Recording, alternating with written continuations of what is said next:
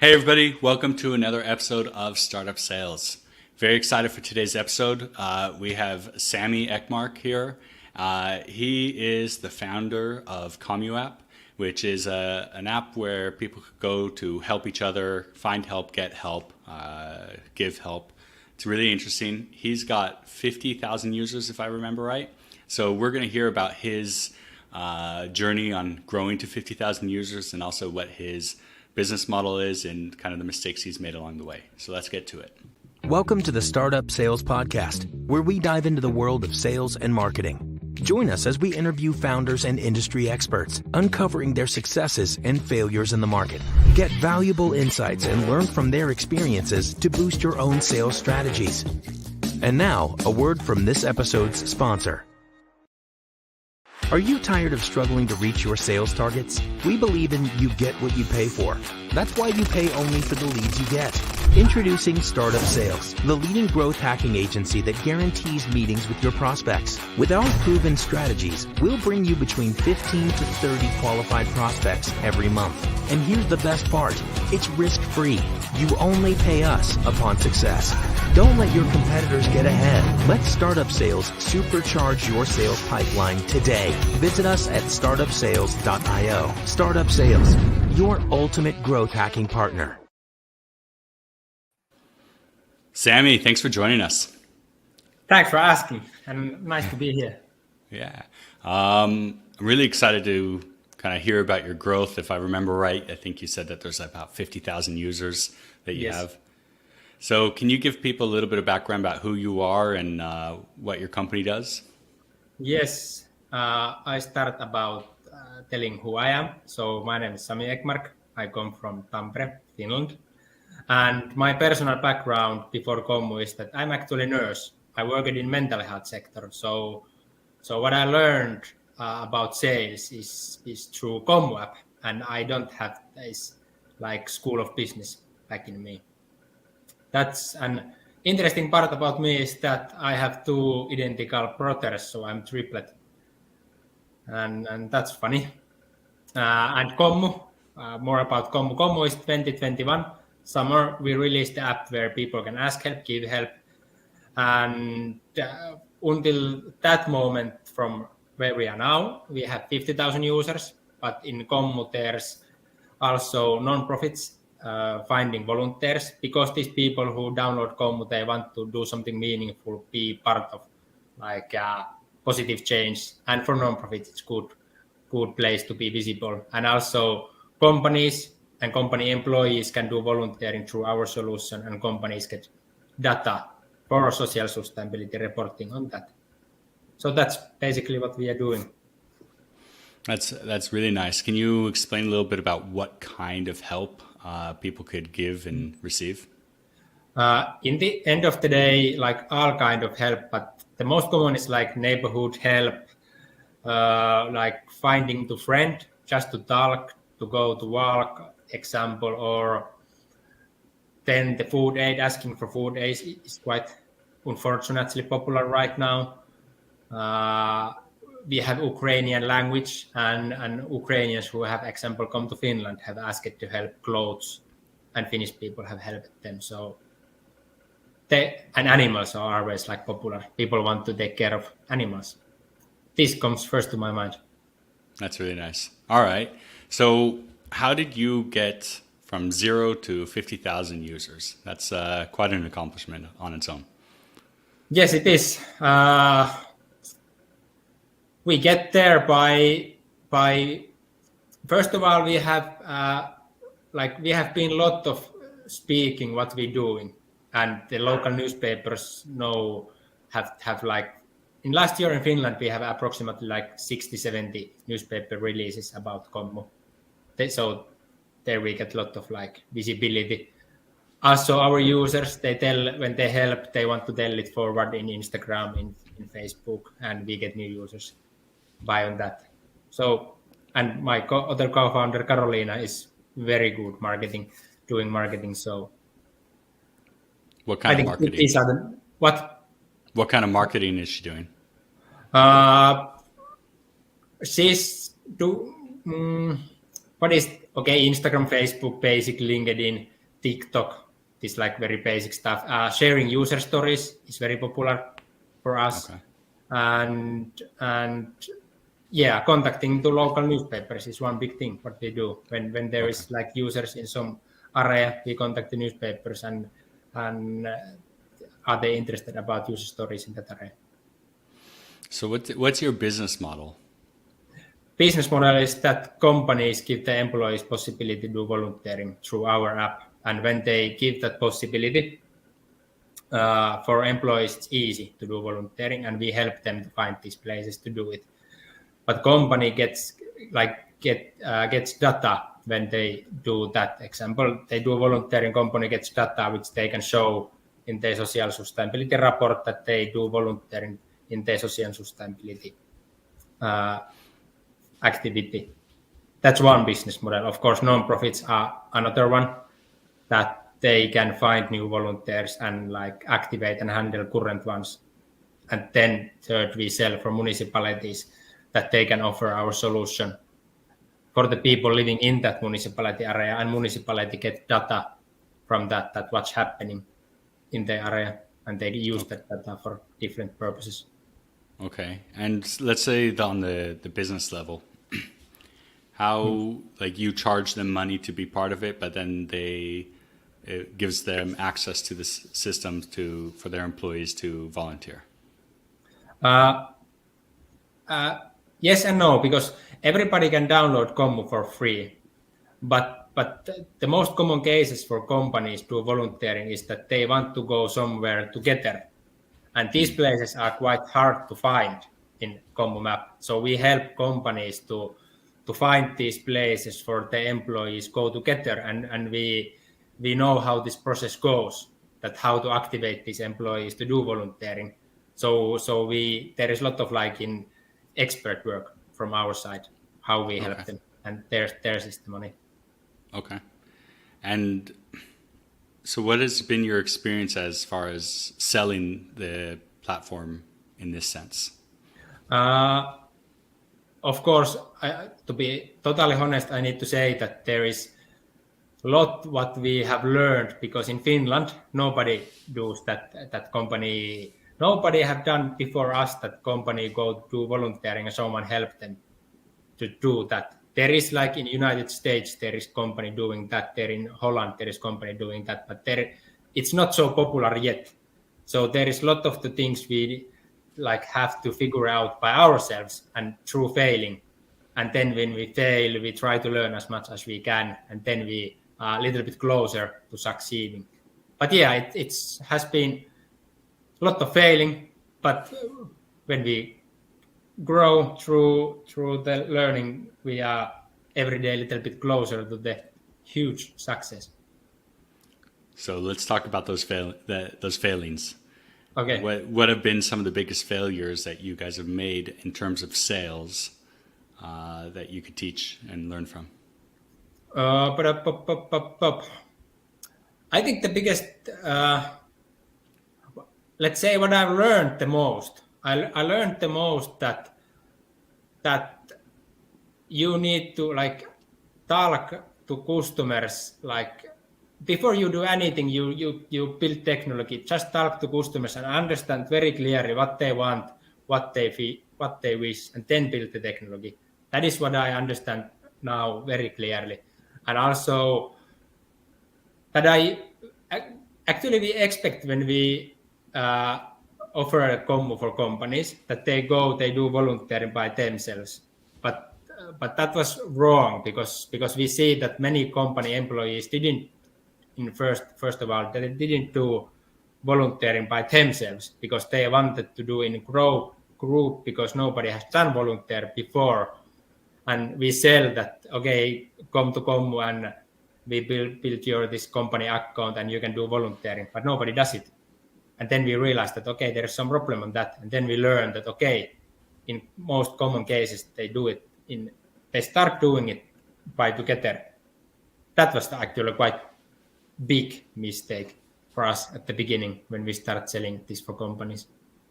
So there's two things here that I learned. So first of all, start selling your product before you may even have a product. Yes. See if it's something that people want and see if it's something Yes. that people buy.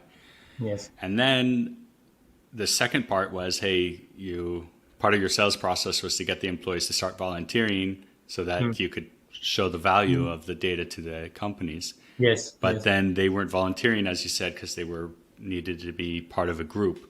So I think that's a really good insight. But my question is how did you learn that insight that they weren't volunteering and that they wanted to be part of a group? That's we learned by doing, because nobody. This is the data we haven't get access, or we didn't find it. So when we have companies, we try the different things, and we learned that this works, this is not working. So that we learned. But I by mean, doing. did you have client meetings set up, or did you set up meetings with some of the employees that didn't Yes, volunteer? we have clients, and we try to think with them that how we get like culture, how the helping can be a culture, how the volunteering can be a like company culture, and then we understand that company gives time for employees to volunteering. That hey, you have two days a year to do volunteering, and just go and do it. The most of the employees didn't do it because they they're a little bit scared of like what to do, where to go, when I go, how I need to be there, and that we learned, and yeah. Do I answer your question? Yeah. Okay. Yes, you did. All right. And so it's really good. I think the key takeaway there is to talk to your customers or users, even if they're not using it. Those are sometimes the best to learn from, rather than the ones that are using it, and learn and ask good questions on why and how, so that you can make improvements. Okay. Yes. And what are some of the challenges you think that you're facing now currently as far as growing the sales? I think the biggest challenge for us is because we are not in product market fit yet as a company. So the biggest thing, what challenge or biggest learning to next is that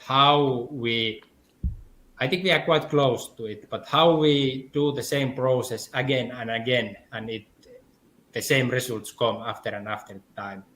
And I think that's the situation where we are right now, that finding this best possible process that we can like do it all time again, and it affects the same kind of good results. And that's the thing what we want to learn like right now. So what are your plans to make sure that each person goes through the right formula of sales and the right process? Just if we speak about the start of the funnel, using same message and getting these same kind of meetings, and then having same kind of like, okay, because what we are selling is the companies want to do it differently. It's very like, it's every time not working in the same way. So we need to be a little bit expert and change that what the company wants, what they give the employees, but like learn these different ways to offer volunteering and find these different answers for these different ways to offer volunteering, what we can offer for companies, and seeing that enough like 9 times of 10 or 8 times 10 of 10 they are working in same way. I think that's where we are right now. Okay. One thing that I've seen a lot is, especially because, as you said, it is important to kind of have a general workflow for the sales process, that generally that's the direction you want to go and you want to maintain that. Now, obviously, as you said, most companies are the same, but every once in a while you're going to come across a company that's a little bit different. Yes. So what I found is like the best way to manage for your salespeople or for even yourself is not to have like a script, but to have like a framework. Like, okay, the first call, the first thing we're going to do is we're going to have the small talk. Then we're going to understand the problem that they are facing as it pertains to what I could help them with, which is, okay, what are you doing to help your employees, volunteer and be more socially Wow, what's the word? Socially helpful. That's awful English.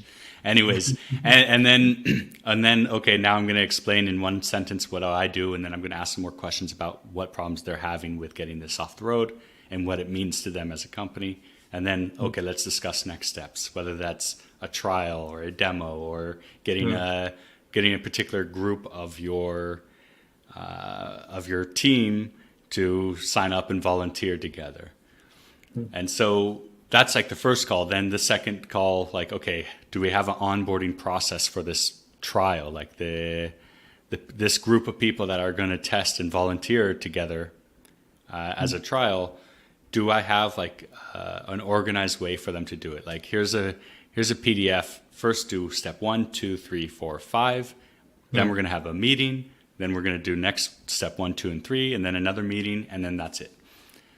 So I think this is the best way to kind of add that structure, as you were saying, is actually have it written down, have it completed so that you could see it and you could visualize it, but it's not so concrete that it's like a script that you have to read word for word. Yes, and of course there is like some companies who already are offering volunteering for the employees. Then are companies who are willing to test that is this something they want to do. And then there is companies who do some kind of like volunteer days, once or 2 times a year. So there's like different situations in different companies, and finding each of these the clear process, because the same process is not working all of these companies, and they have different values and like different kind of volunteering what they want to offer, and like setting up all of things in the big like what is the word? I don't know English. And then you and I both. But you understand, like that's where we like want to be next is like getting this whole big picture and offering everybody what they like want very clearly, and understanding the needs of every of these like customer groups very well. I've found that many times, you know, when you're kind of going about this and you're in this particular stage, you know, I've helped many founders in this stage, that they start going through this, but then you hear one negative feedback from one person, or one deal falls apart from this in this one particular part, and then make the assumption that, oh, okay, this is not working, so we got to change it. But what I found is if you actually go and measure it, whether it's in a CRM or even on an Excel file, and you measure the steps and you measure where people are falling out, that once you actually start measuring all this stuff, then you could actually see the real picture instead of making those assumptions. Yes, and that's The measuring all these things is very important for us right now, and understanding like every phone call, what happens there, and then we can like watch the data after that, what's really happening there, understanding the big picture. Yes, that's totally where we are right now. Yeah, and that's tough because sometimes you don't know what kind of data to be looking for or what kind of data to be measuring.